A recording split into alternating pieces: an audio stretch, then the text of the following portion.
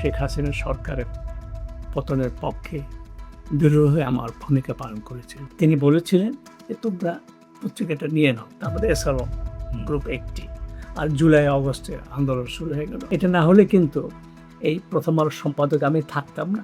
আপনাদের যে প্রথম আলো ভবনে সেখানে হামলা হলো, আপনি তখন কি করছিলেন? 3টার দিকে আমি অন্ততপক্ষে 3জন প্রধান ব্যক্তিকে মেসেজ করেছিলাম, আপনাদের চোখের সামনে হলো, আপনারা কিছু করবেন না। মানে সেটার কারণ কি বলে আপনার মনে হয়? রাজনৈতিকভাবে উগ্র সাম্প্রদায়িক গোষ্ঠীগুলির যে কার্যক্রম ছিল দেশের ভেতরে বাইরে নানা ক্ষেত্র থেকে, তা দিয়ে তাদের অনেকেই প্রভাবিত হয়েছিলেন।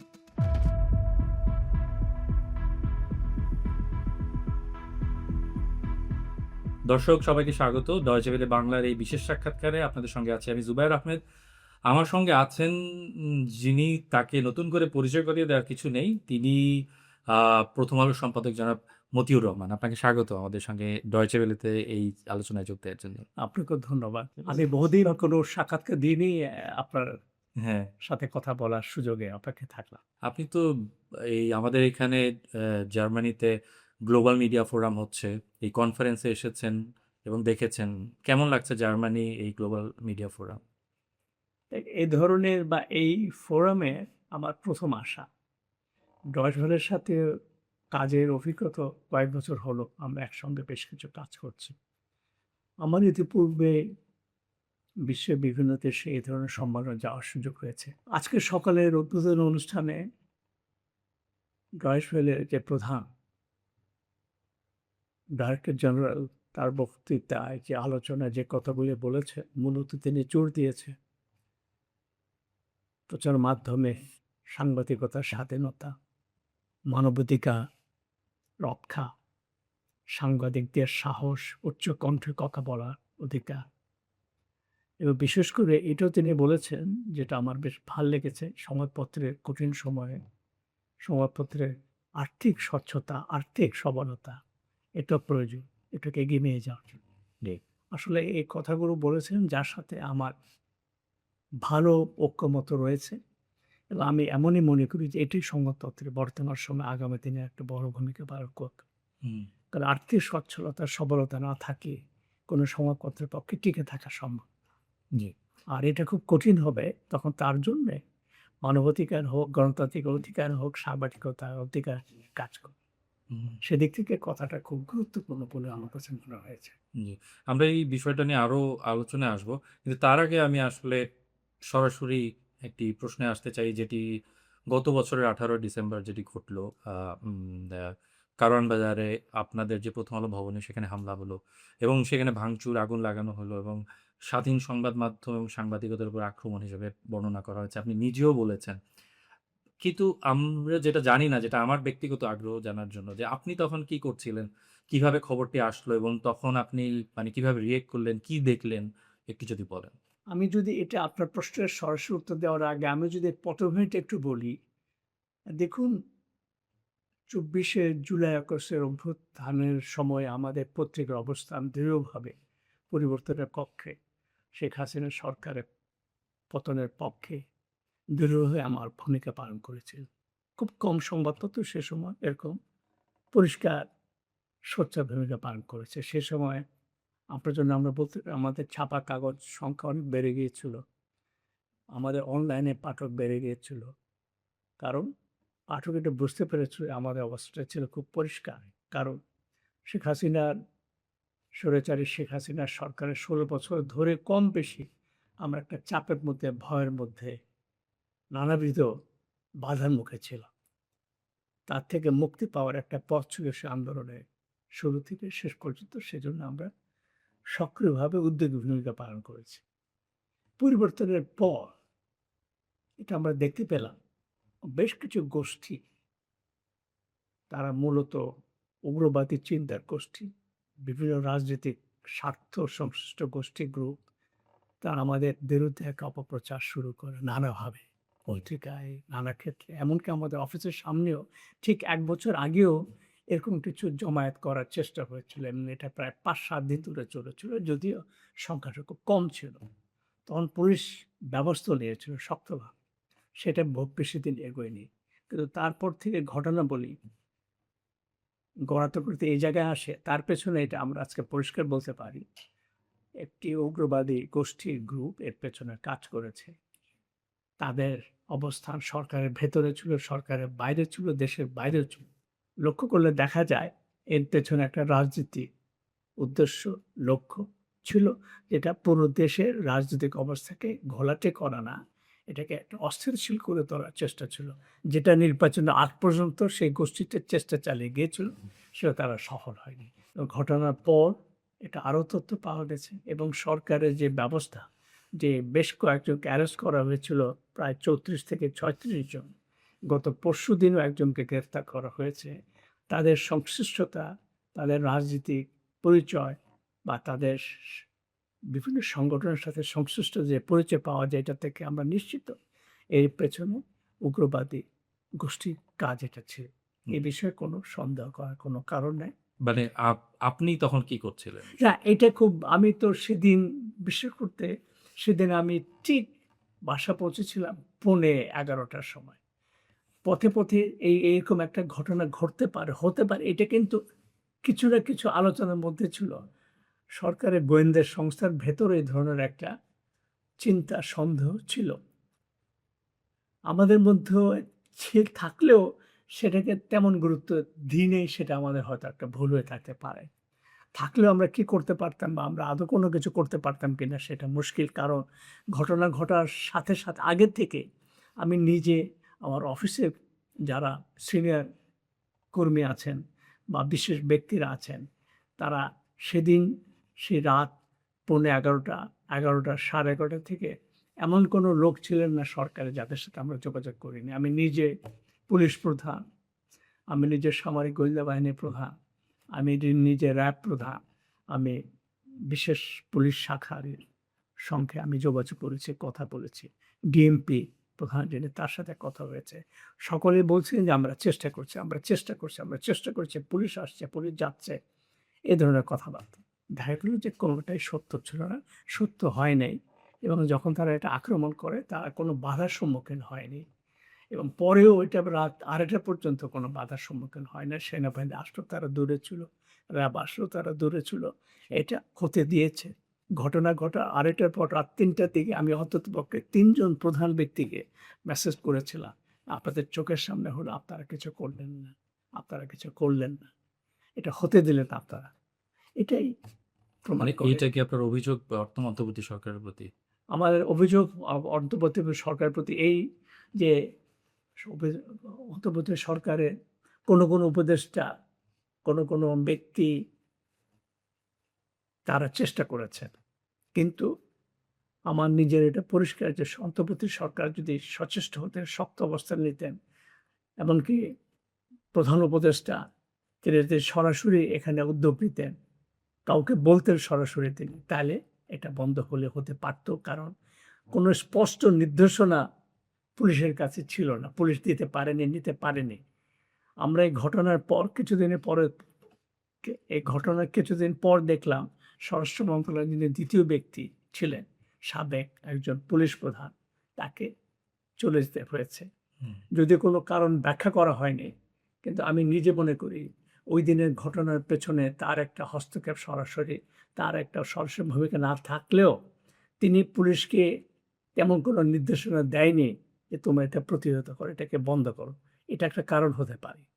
আপনি বলছেন যে প্রধান উপদেষ্টা কিংবা আ উম এই সরকারের যারা কর্তা ব্যক্তিরা তারা তখন চাইলে তারা নির্দেশনাটি দিতে পারতেন। কিন্তু তারা অনেকে দেননি। মানে সেটার কারণ কি বলে আপনার মনে হয়? না, একটা হলো যে সেই সময়ে উগ্র রাজনৈতিকভাবে উগ্র সাম্প্রদায়িক গোষ্ঠীগুলির যে কার্যক্রম ছিল দেশের ভেতরে বাইরে নানা ক্ষেত্র থেকে, তা দিয়ে তাদের অনেকেই প্রভাবিত হয়েছিলেন, হয়ে থাকতে পারে। না হলে এরকম একটা ঘটনা ঘটে যাবে সবার সামনে প্রকাশ্যে, কেউ কোনো রাগ করবেন না, কোনো উদ্যোগ নেবেন না, কোনো চেষ্টা করবেন না, এটা তো হতে পারে না। সবাই এক ধরনের সবাই এক ধরনের একটা অবস্থান নিয়েছেন যেন এটা হোক, হতে দেওয়া হোক, এটা হয়ে যাক, হতে পারে, এরকম একটা অবস্থা নেওয়া হয়েছিল। এই ঘটনার পর যেটি আমরা দেখলাম ১ মাস পর আপনার একটা গণমাধ্যম সম্মিলন হলো এবং সেখানে সেখানে ছিলেন এবং আপনি মাহফুজ আনাম সাহেব উনিও ছিলেন এবং আরও অনেক সম্পাদকরা ছিলেন, আ অ মানে অনেক সিনিয়র সাংবাদিকরা সেখানে ছিলেন এবং আপনারা সেখানে যেটি বললেন যে মানে আপনি নিজে যেটি বলেছেন যে মতের, যে চিন্তার, যে ভাবনার, যে আদর্শের হোক না কেন, সংবাদপত্র, সাংবাদিকতা, ব্যক্তিগত নিরাপত্তা ইত্যাদি সব বিষয়ে আমাদের ঐক্য থাকতে হবে, সমঝোতা থাকতে হবে এবং আমাদের পাশে দাঁড়াতে হবে। মানে এটা কেন বলতে হচ্ছে? কারণ আমাদের মধ্যে সংবাদপত্রগুলোর মধ্যে বা আমাদের এই একজন আরেকজনের বিপদে দাঁড়ানোর বিষয়টি কি মানে আমরা প্রশ্ন করতে পারি? এবং দ্বিতীয়ত হচ্ছে যে সেই সম্মেলনে সাংবাদিক শফিক রেহমান তিনিও অতীতের প্রসঙ্গ টেনে এনেছেন। তিনি বলেছিলেন, "যখন নয়াদিগন্ত বন্ধ হলো বা আমার যায় দিন বন্ধ হলো তখন আপনারা কি কথা বলেছিলেন?" তো এই বিষয়টিকে আপনি আসলে কিভাবে কি না, বলবেন? আমাদের রাষ্ট্র বাংলাদেশ স্বাধীনতার পর থেকেই এটা আমার দেখা, আমার জানা, আমার বোঝা যে আমাদের সমাজের মধ্যে অনেকগুলি বড়, বড় বিরোধ, বিভেদ রয়েছে। তার মধ্যে রাজনৈতিক বিরোধটা অনেক বড়। শুরু থেকে এখন পর্যন্ত বিভেদ রয়েছে এবং তার প্রভাব জীবনের সর্বক্ষেত্রে পড়েছে। এবং সংবাদপত্র তার বাইরে ছিল না। এবং সেটাই আমি বলার চেষ্টা করেছি যে অতীতে আমি বা আমরা সহ সকলেই বিভক্তির মধ্যে কম বেশি জড়িয়ে পড়েছিলাম। আমি এই কথা এখন পরিষ্কার বলার চেষ্টা করেছি যে সংবাদপত্রের স্বাধীনতা, সাংবাদিকদের স্বাধীনতা, আমাদের সংবাদপত্রের যে মূল লক্ষ্য গণতন্ত্রের প্রতি অগ্রসর হয়ে যাওয়ার ক্ষেত্রে এ ধরনের বাধা বিপত্তি আসলে আমরা যেন আগামীতে ভবিষ্যতে আমরা একসাথে দাঁড়াতে পারি, একসাথে কথা বলতে পারি। এটাই ছিল সেই উদ্দেশ্যে আমার বলার উদ্দেশ্য। যে কথাটা বলি এখানে শফিক রহমান বলেছেন বা সে অনুষ্ঠানে অনেকে বলেছেন। আমরা কিন্তু কম হোক, বেশি হোক যে পত্রিকাগুলির কথা বলেছি এসব বিষয়ে সংবাদ, খবর আমরা ছেপেছি। এমনকি কোনো, কোনো পত্রিকা বেআইনি বন্ধ আক্রমণের বিরুদ্ধে আমরা সম্পাদিতও লিখেছি। অবস্থান আমরা নিয়েছি। কিন্তু এটা হয়তো সে পরিমাণে না যে পরিমাণ হলে এটাকে একটা বড় জোরালো আওয়াজ উঠতে পারত। সেটা একক কোনো পত্রিকা করতে পারে, সবাই মিলিতভাবে করতে পারে। এখানে আমাদের এখনো আমি বলি আমাদের রাজনীতির যে বিভক্তি রয়েছে, তার প্রভাবে সাংবাদিকদের মধ্যেও বিভক্তি আছে, সংবাদপত্রের মধ্যেও বিভক্তি আছে। এটা অতীতেও ভালো হয়নি, এখনো ভালো হবে না। আগামী দিন যদি আমরা এক্ষেত্রে যদি সমঝোতা সমন্বয় করতে না পারি, তাহলে আমাদের সংবাদপত্রের স্বাধীনতাকে রক্ষা করা বা আরো ভালো সংবাদপত্রে কাজ করা সহজ হবে না, কঠিন হবে, কঠিন হয়ে থাকবে। জি। আপনি সংবাদপত্রের গণমাধ্যমের স্বাধীনতার কথা বলছিলেন। আপনার সাংবাদিক জীবন আ ১৯৭০ সালে যদি আমি ভুল না করে থাকি শুরু, সাপ্তাহিক একতা। তারপর আপনি ১৯৯১ পর্যন্ত রাজনীতি, সাংবাদিকতা দুটোই করেছেন। তারপর হচ্ছে ভোরের কাগজের সম্পাদক হলেন, তারপরে ৯৮ সালে 'প্রথম আলো' প্রতিষ্ঠা করলেন এবং সেখান থেকে প্রতিষ্ঠাতা সম্পাদক হিসেবে এখন পর্যন্ত আছেন সেইখানে। এই যে আপনার দীর্ঘ সময় আপনি এই যে অভিজ্ঞতা এবং আ মানে সেখান থেকে যদি বলেন যে বাংলাদেশের যে গণমাধ্যম সেটি এই ৭০ সাল মানে বাংলাদেশের জন্মের পর থেকে বিভিন্ন আমলে আপনি কিরকম দেখেছেন সংবাদপত্রের স্বাধীনতার জায়গা থেকে? কতটা কিরকম ছিল? কোন আমলে? একটু যদি একটা আমার ধরেন ৬০ দশকে আমরা ঢাকা ইউনিভার্সিটিতে ছাত্র আন্দোলনের সাথে যুক্ত ছিলাম। পরে রাজনীতির সাথে যুক্ত ছিলাম। পরে রাজনীতি ছেড়ে শুধু সংবাদপত্রের কাজ করেছি ৯১ সাল পর থেকে যেটা আপনারা বললেন। এমনি কিন্তু বাংলাদেশের সকল উত্থান-পতন, অভ্যুদয়ের পথে, সকল বিজয়ের পেছনে, সকল সফলতার পেছনে সংবাদপত্রের সাংবাদিকদের একটা বড় ভূমিকা আছে। হুম, এটা একদম ঠিক।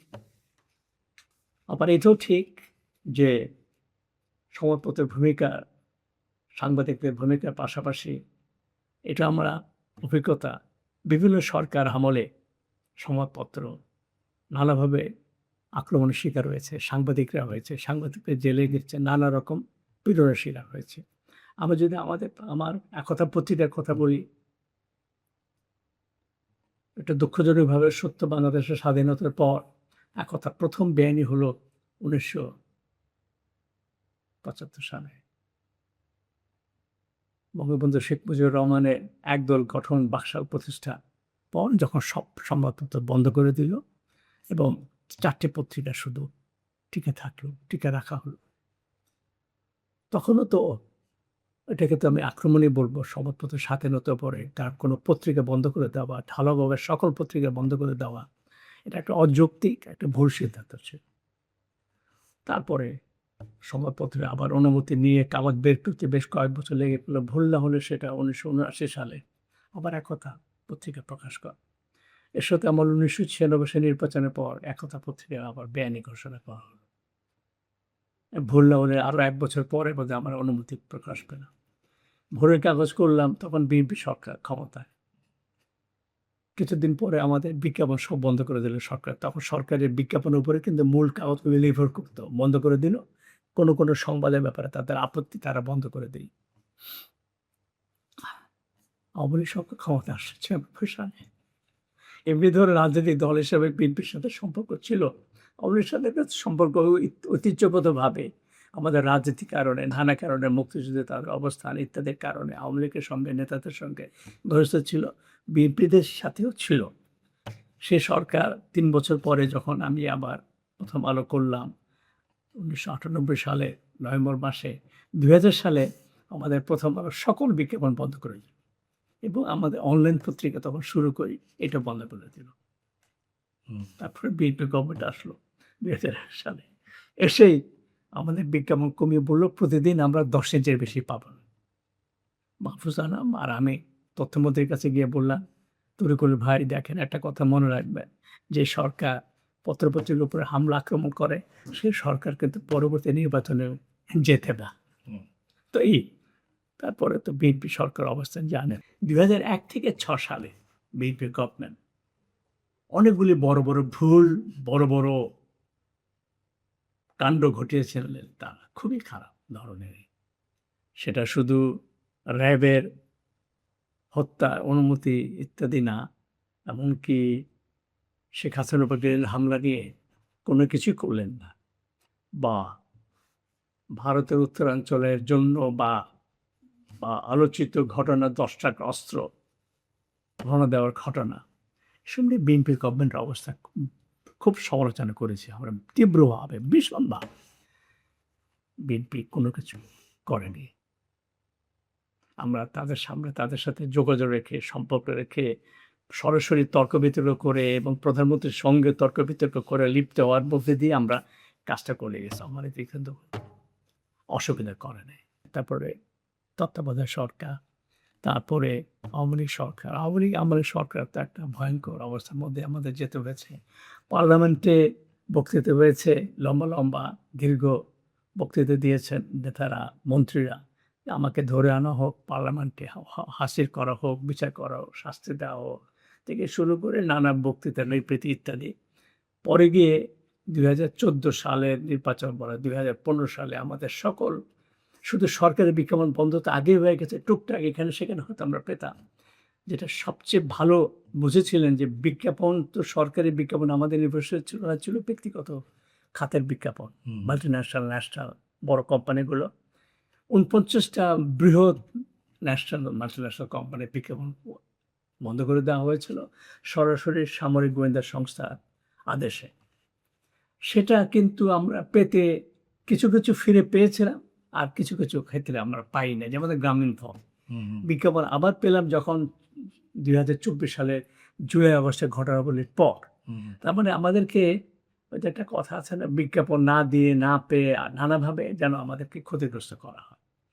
আবার অন্যদিকে আমাদের প্রচার সংখ্যা কমিয়ে রাখার জন্য সরকারি অফিসে, বেসরকারি অফিসে ইত্যাদিতে কিন্তু আমাদের চেষ্টা চলেছে। যেমন এখনও ওই নিষেধাজ্ঞা রয়ে গেছে, অনেক সামরিক এলাকাতে আমাদের কাগজ যায় না, কোনো কারাবাসে, কোনো জেলখানায় আমাদের প্রথম আলো এখনও যায় না, কারণ সেই নির্দেশ যে দেওয়া ছিল এখনও সেটা রয়ে গেছে। তো এইভাবে সেই সময়কার আমলে রাজনৈতিকভাবে মামলা মকদ্দমা দিয়ে অনেক, এমনকি সাকসেশন কমিয়ে রাখার চেষ্টা, বিজ্ঞাপন বন্ধ করে দেওয়ার চেষ্টা, আমাদের প্রধানমন্ত্রী অফিসে ঢুকতে না দেওয়া ইত্যাদি করে আমাদেরকে নানাভাবে আটকে রাখার চেষ্টা হয়েছে, চাপে রাখার চেষ্টা হয়েছে। এবং বেশ কিছু মামলায় আমাকে অনেকগুলো জেলাতে যেতে হয়েছে। মাহফুজ আনার অনেক জেলায় গিয়ে মামলা হাজিরা দিতে হয়েছে, অনেকদিন এটা চলেছে। এমনকি 2024 সালেও আমাকে এপ্রিল মে মাসে আইসিটি মামলা দিয়ে আমাকে কোর্টে যেতে হয়েছে, বেল নিতে হয়েছে। আমি বেল পেয়েছি, এটা ঠিক। আমি কোনো সময় কোনো কোর্ট থেকে বেল পাইনি এবং কোনো ঘটনা হয়নি, সেটা আমাকে জেলে যেতে হয়নি। হুম। তো আমার এটা একটা অভিজ্ঞতা খুব ইন্টারেস্টিং যে কোনো কোর্টে আমাকে বেল না করে কি, এবং কোনো কোর্টে কোনো উকিল আমার বিরুদ্ধে দাঁড়ায়নি। সেটা বিএনপির হোক, হুম। আওয়ামী লীগের হোক বা অন্য কোনো দলের হোক না কেন, সমগ্র কোর্টই আমাদের বেলের পক্ষে। সেটাই ছিল আমাদের একটা শক্তির দিক, যে আমাদের পত্রিকা, প্রথম আলো পত্রিকাকে মানুষ সমর্থন করত, সহযোগিতা করত, এবং একটা সহযোগিতামূলক একটা অবস্থান আমাদের প্রতি ছিল, সহানুভূতি ছিল। যে জন্য কিন্তু এই সময়গুলো আমরা পেরিয়ে গিয়েছি। যে সর্বশেষ যেটা 2018 সাল নির্বাচন আগ থেকে যে চেষ্টা শেখ হাসিনা সরকার করছিলেন, তিনি সরাসরি করছিলেন, তার অনুগত বেশ কয়েকটি বড় বড় শিল্পগোষ্ঠীকে, অন্তপক্ষে 3টির কথা আমি জানি, তাদের তিনি বলেছিলেন যে তোমরা পত্রিকাটা নিয়ে নাও, প্রথম আলোকে নিয়ে নাও। 3টা গ্রুপ, তার মধ্যে এসআরএম হুম। গ্রুপ একটি বলেছে যে তোমরা নিয়ে নাও। সেই সময় তারা হয়তো সম্মতি হয়নি, কি হয় না হয়নি এটা আমি জানি না। তারাই আমাকে পরে কথাটা জানিয়েছে, অন্য সূত্র আমি জানতে পেরেছিলাম। আচ্ছা। কিন্তু এটা যখন হতে এই সময় নানা রকম চাপ চলছে। কিন্তু 2024 সালে এপ্রিল মাসে চূড়ান্ত একটা চেষ্টা ছিল আমাদের যে company, Transcom group of company, the owning company of the প্রথম আলো মিডিয়া লিমিটেড, হুম। তার এমডিকে ডেকে নিয়ে 2.5 ঘন্টা, ডিফেন্স ফোর্স ইন্টেলিজেন্সের ডিজি এবং একজন পরিচালক 2.5 ঘন্টা আটকে রেখে নানা জেরা, ভয়, হুমকি ইত্যাদি বলেছিল যে শেয়ার বিক্রি করে দিতে হবে, ছেড়ে দিতে হবে পত্রিকা, আর সম্পাদককে সরাতে হবে। হুম। তো সেই ঘটনাটা ছিল একটা চূড়ান্ত পদক্ষেপ এপ্রিলে। তো এই অবস্থার মধ্যে আপনাদের মনে আছে কিনা, সে সময় আমেরিকান গভর্নমেন্টের ভিসা পলিসি একটা আরোপ করলো, রেস্ট্রিকশনস। সেটাতে একটু ভয়ের পরিবেশ তৈরি হয়েছিল। আর জুলাই আগস্টে আন্দোলন শুরু হয়ে গেল, সরকার পতন ঘটল, শেখ হাসিনা পালিয়ে গেলেন। এটা না হলে কিন্তু এই প্রথম আলোর সম্পাদক আমি থাকতাম না, আর প্রথম আলো মালিকানা ট্রান্সকম গ্রুপ অফ কোম্পানির কাছে থাকতো না, এটা নিশ্চিত বলা যায়। তো আমার জীবনের এই 50 বা বলতে 57 বছর রাজনীতি উত্থান পতনের ঘটনার সময় সব সরকার আমলে কম বেশি চাপ, ভয়, ভীতি, আক্রমণ, মামলা, মোকদ্দমা ইত্যাদির মধ্যে দিয়ে যেতে সেটা হয়েছে। কেন? মানে আমি যদি এভাবে করি যে বারবার প্রথম আলোকে কাঠগড়ায় দাঁড় করানো হয়েছে। তো আহ, তো আমি বলবো এটা তো, আমরা সবসময় সংবাদপত্রের স্বাধীনতার কথা বলি, আমরা চাই, এবং সংবাদপত্রের স্বাধীন না হলে কি করতে পারে একটি পত্রিকা, সেই প্রমাণ আমরা অনেকভাবে এটা আমরা দেওয়ার চেষ্টা করেছি। এবার সত্য প্রকাশকে যে কোনো শাসক গোষ্ঠী ভয় পায়, এটা মানতে পারে না, মেনে নিতে পারে না। আর আমাদের সেটা সামরিক সরকারই হোক বা আধা সামরিক সরকারই হোক, গণতান্ত্রিকভাবে নির্বাচিত সরকারই হোক বা অনির্বাচিত সরকারই হোক, কেউ কিন্তু সত্য প্রকাশ করতে দিতে চায় না।